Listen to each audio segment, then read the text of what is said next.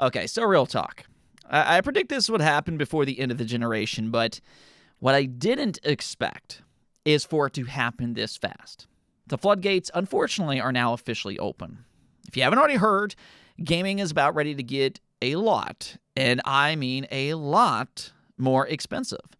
First, it was Nintendo and the Switch 2, which was, for me, was kind of a surprise at the time. Quite honestly, I'm still a little bit shocked that they were the first to raise game prices beyond that $70 asking price. I thought it would be Rockstar and GTA 6.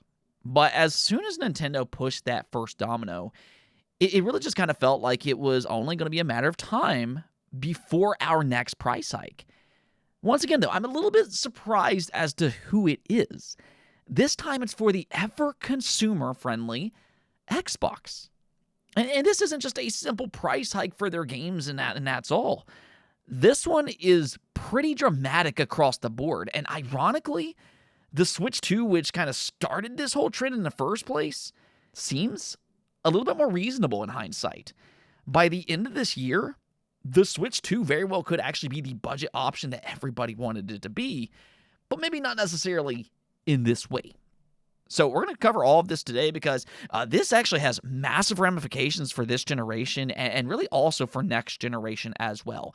There's really a lot to get into with this, and there's a lot of finger pointing right now. But the ugly truth is that I don't think that these game companies are necessarily innocent in any of this by any stretch of the means. So we're going to get into all of that, but first I do want to thank my supporters on Patreon and on YouTube memberships. Thank you just so much for what you do, and you will receive this video through early access. Let's go and get right into this mess, though, because Xbox is the next domino to raise the price for pretty much everything across the board, except for, interestingly, Xbox Game Pass. So by a small technicality here, Game Pass actually got a little bit more attractive today, or at least so far. No promises for the future, but I mean, we can look here at their new prices. They dropped this price chart through a press release online, and some of these prices are shocking fans worldwide, which, by the way, this is a global price hike. It's not just happening in the United States. This is going into effect everywhere. As we can see here, though, the base Xbox Series S SKU, their budget-friendly option, is now $380. To be fair, that will still be the cheapest new generation console on the market, but it's still a jump of $80. Then the base Xbox Series X, that's going up even more, a $100 increase to $600. And that's tame compared to the 2TB Xbox Series X option, which is going up by $130 to a totality of $730, which is, quite the sticker shock. I mean, to make matters worse, this is also a digital-only console. I can't imagine that a lot of people are actually going to buy this at $730, in part because Xbox hardware was already on a decline, even at the cheaper prices. There already weren't a lot of people buying them in the first place, so that situation is only going to get worse with these higher prices. So, of course, everybody's going to look at this, and they're going to ask, why is this happening? Why would they do something like this? Why are they pricing themselves out of the market? And the common belief is linked to tariffs. This isn't exactly a topic that I enjoy talking about because there is that political side and everybody's going to have their own point of view. But tariffs have obviously been a massive topic these past few weeks, and it's still a very fluid situation. But the problem for Microsoft and also for Sony, don't be surprised if Sony is the next domino, because they both manufacture their consoles in China, which has been a key target in the tariff war. Now, who knows what's going to happen here in the next few months? Maybe the tariff situation sorts itself out. But for now, today, there are some companies that are unprepared for this situation. Now, we have gotten some reports that Sony has been stockpiling inventory in preparation. So, they've kind of been preparing in that way. Whereas Microsoft, on the other hand, it doesn't sound like they quite did the same thing. And that's kind of where we are right now. Now, Nintendo had the foresight to move their manufacturing to Vietnam years ago, which is why so far they've been able to avoid a console price hike. So you can make an argument that some of this is out of Microsoft's control. It's soon going to be out of Sony's control if they're the next domino to fall. But I don't think the answer is necessarily quite that simple. To me, it's frustrating, it's a little bit annoying, but I think the more egregious part, because this is what's going to impact most people, most consumers who want an Xbox already has an Xbox. So my bigger issue is the new $80 game prices. They said, and I want you to listen to the wording very carefully here. They issued a statement that reads, as of May 1st, we have adjusted recommended retailer pricing for our consoles and controllers worldwide. Now, we're not going to get into the controller pricing. That's also increased as well. You can see it on the graph that I have posted, but they continued on and said that we also expect to adjust the pricing of some of our new first-party games starting this holiday season to $80. We understand that these changes are challenging and they were made with careful consideration given market conditions. And here's the part that you really need to pay attention to: the rising cost of development. Looking ahead, we continue to focus on offering more ways to play more games across any screen and ensuring value for Xbox players. So they're kind of pointing to cloud gaming and things like that. They want to be everywhere. Here's my problem with all this, though. Game prices are within their control. They spelled it out for you in this statement. They can kind of use tariffs as the excuse to raise console prices, but things like digital games, that's because of the rising cost of AAA development. And this is something that I've been trying to hammer home for pretty much the entire life of this channel.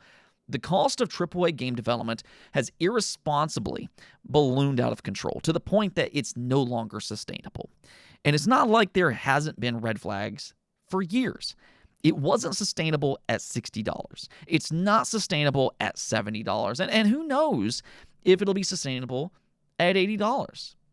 Because what's happening to the game industry is that they're pricing people out of the hobby. So they can push their games to $80 all they want. But there's also that chance that less people will pay that more expensive price. Less people will buy into their consoles. Because every time price goes up, that also potentially means less day one buyers. And again, it's not like this is some huge surprise that came out of nowhere. I'm not even within the game industry, and I know that this is a problem. I mean, there's been warnings from people within the game industry for that matter, but the problem is that a lot of these companies didn't want to listen. And they didn't have the foresight to better manage their studios. I'm sorry, you shouldn't have to sell 5+ million copies for razor-thin profits. That's a problem. And it's been a problem. And very well could still remain a problem even at these higher prices. It's not just that these game companies need to raise price. But what they truly need to do is they need to look at themselves. Because what they should have been doing is that they should have been better managing their studios and did not let them spend $200, $300, $400 million on a single game. They shouldn't let their studios take 5, 6, 7 years to develop a game. That's too long, it's too expensive, and it's too risky. We need these companies to be more responsible with their development budget. But instead, it's almost like the game industry became too big for itself. And now, what we're seeing is the ramifications for those actions. Those decisions have caught up to them. And that's where we are. And I'm going to go and tell you what's going to happen next. Nintendo opened up the floodgates. We saw that with the Switch 2 prices. And Microsoft, they followed. And pretty soon, we will see more publishers announce their own price hikes. We might not necessarily get an official statement from everybody. I would expect it from Sony at the very least. But from other publishers, they might just come out and just say, hey, this game's $80, and that's it. And by the end of 2025, there's a very good chance that $80 will be the new norm for various publishers. They've been trying to find a way. They've been trying to find an excuse to do this for a while. And the reason I know that is because reportedly, there were various companies that were hoping that Rockstar would launch GTA 6 at a higher price so that they themselves could have an excuse to raise the price of their own AAA games. They needed somebody to fall on a sword. They needed somebody to be that first domino.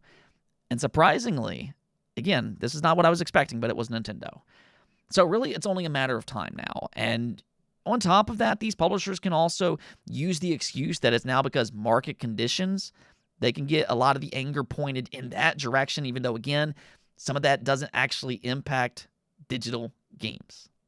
So the reality is that these console manufacturers, they might not necessarily have complete control over all of the quote-unquote market conditions. They've been battling inflation this generation. Now they're battling the tariff situation. And who knows, maybe prices for consoles will eventually come back down in the future, depending on what happens down the road. But for game prices, on the other hand, that's a completely different story. They're not going to come back down. They now have the excuse that they've been waiting for, and I mean, it's going to be crazy to see how this plays out, not just for this generation, but also for next generation. Prices for next generation might truly shock people depending on what happens over the next few years. We very well could be looking at an $800 console launch. And I'm just going to say, if that truly happens, then they might need to consider going into the direction that phone companies do and to normalize monthly payment options. Other than that, I mean, one thing that they could do is that they could just delay next generation and simply ride this one out for an extended amount of time to see if prices can eventually come back down. But either way, this is a huge and really just a frustrating story for a lot of consumers. So let me hear your reactions in the comments below. How are you feeling about $80 games? And are you going to start to play more older games than you did before? I've seen a lot of that today, so let me hear your reaction in the comments below. Anyways, that's going to be this episode. But until next time, make sure to subscribe, ring that bell, and peace out.